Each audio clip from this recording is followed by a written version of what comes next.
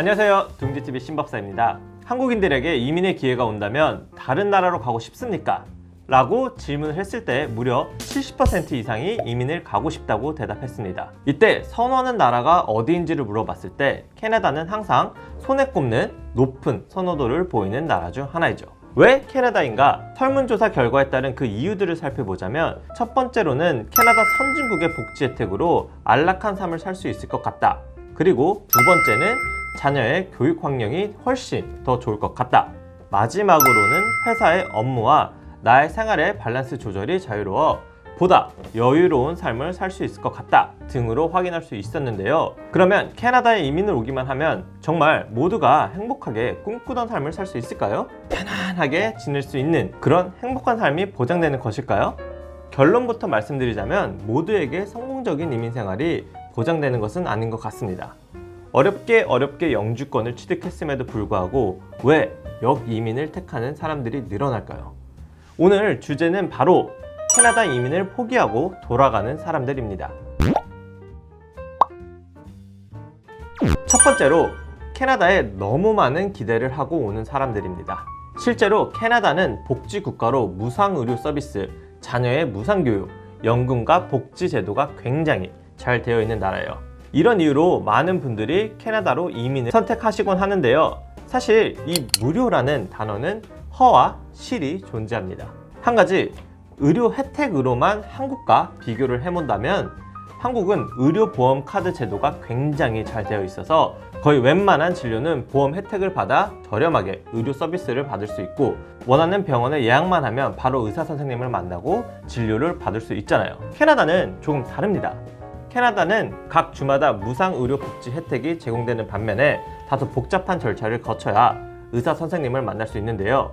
내가 몸이 아플 때 바로 큰 병원에 갈 수 있는 것이 아니라 클리닉을 거쳐서 처방을 받고 의사 선생님을 만나야 갈 수 있는데요. 여기서 만약 클리닉의 닥터가 전문의를 만날 정도는 아닌데 라고 판단을 한다면 만나고 싶어도 해당 전문의를 바로 만날 수 없어요. 그리고 만날 수 있다 하더라도 예약 제도로 되어 있어서 아주 응급 환자가 아닌 경우에는 짧게는 3일, 길게는 몇 개월까지도 기다려야 진료를 받을 수 있는 경우들이 생깁니다. 이렇듯 내가 기대했던 캐나다의 복지 혜택들과 조금 다를 수 있다는 것들을 먼저 인지하신 후 정보들을 많이 접하고 또 사람들과 소통하면서 어떻게 해야 좋은 혜택들을 알맞은 시기에 받을 수 있는지 확인하시는 것이 좋을 것 같습니다. 캐나다 정보는 둥지TV에서도 확인할 수 있지만 많은 커뮤니티 사이트나 카페에서도 확인할 수 있어요. 두 번째, 캐나다 영주권만을 바라보고 온 사람들입니다. 이 말 그대로 영주권을 목표로 계획을 짜고 온 사람들이 조언을 받으실 때 정말 방법론적으로만 접근을 하셔서 영주권을 실제로 취득하시고 난 이후의 삶이 불명확한 경우죠.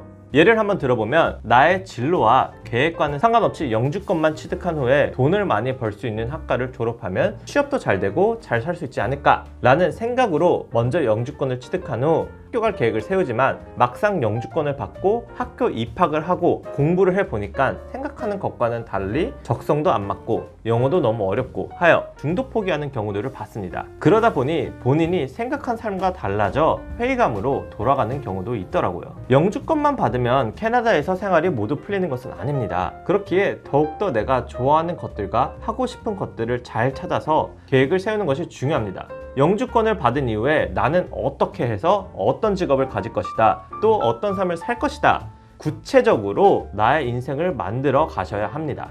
그렇지 않으면 캐나다에서의 삶 또한 만족하지 못하고 다시 돌아갈 생각을 할 확률이 높더라고요. 세 번째, 언어의 장벽을 느낀 사람들입니다. 한국에서도 업무 중에 또는 그냥 일상생활에서 말을 잘 못하는 사람들을 보면 답답할 때가 있잖아요. 캐나다도 마찬가지입니다. 여기는 이민국가이기에 어느 정도 영어를 잘 구사하지 못하는 경우 양보해주고 이해해주는 사람들도 많지만 반대로 무시하고 욕하는 사람들도 종종 있습니다. 이때 영어로 내 속마음과 상황에 대해서 정확하게 얘기할 수 없으니까 이로 인해 생기는 오해들과 답답함으로 인해 큰 장벽을 느끼고 한국으로 돌아가는 경우가 많이 생기더라고요. 캐나다는 영어를 쓰는 나라입니다. 그렇기에 길거리의 표지판, 간판, 레스토랑 등 모든 안내는 영어로 표기가 되어 있는데요. 이 나라의 언어인 영어를 잘 사용하지 못한다면 내가 생활하는 활동 범위가 좁아지고 그렇기에 할 수 있는 것들의 한계를 느낄 수 있어요. 캐나다에 이민으로 오는 많은 나라의 사람들 중 한국인들은 한국어가 영어와 많이 달라서 어려워하는 경우들이 굉장히 많습니다. 문법도 다르고 단어들도 정말 다르고 생활 속에서 영어를 사용할 수 있는 확률도 아주 낮기 때문인데요. 이런 부분들을 인정하고 캐나다에 오기 전 의사소통을 할 수 있게 영어 회화, 스피킹과 리스닝은 꼭 공부를 하고 이민 준비를 하시길 추천해 드립니다. 네 번째, 그냥 한국이 싫어서 캐나다에 온 사람들입니다. 왜 이민 가고 싶으세요? 라고 물었을 때 한국의 빨리빨리 문화가 싫어서, 억압받는 느낌이 싫어서, 또 경쟁 문화와 여유 없는 삶이 싫어서 이민 가고 싶다고 답하는 분들이 정말 많더라고요.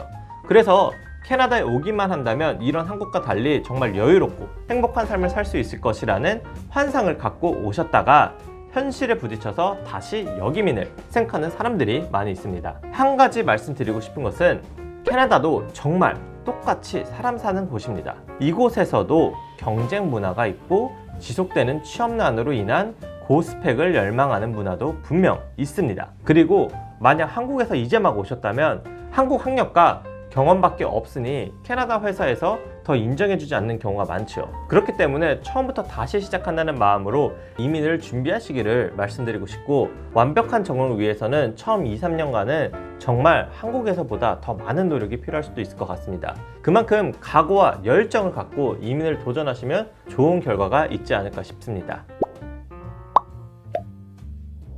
오늘은 캐나다 생활에 실망하고 다시 한국으로 돌아가는 분들이 어떤 이유로 역이민을 가시는지 한번 이야기를 나눠보았는데요.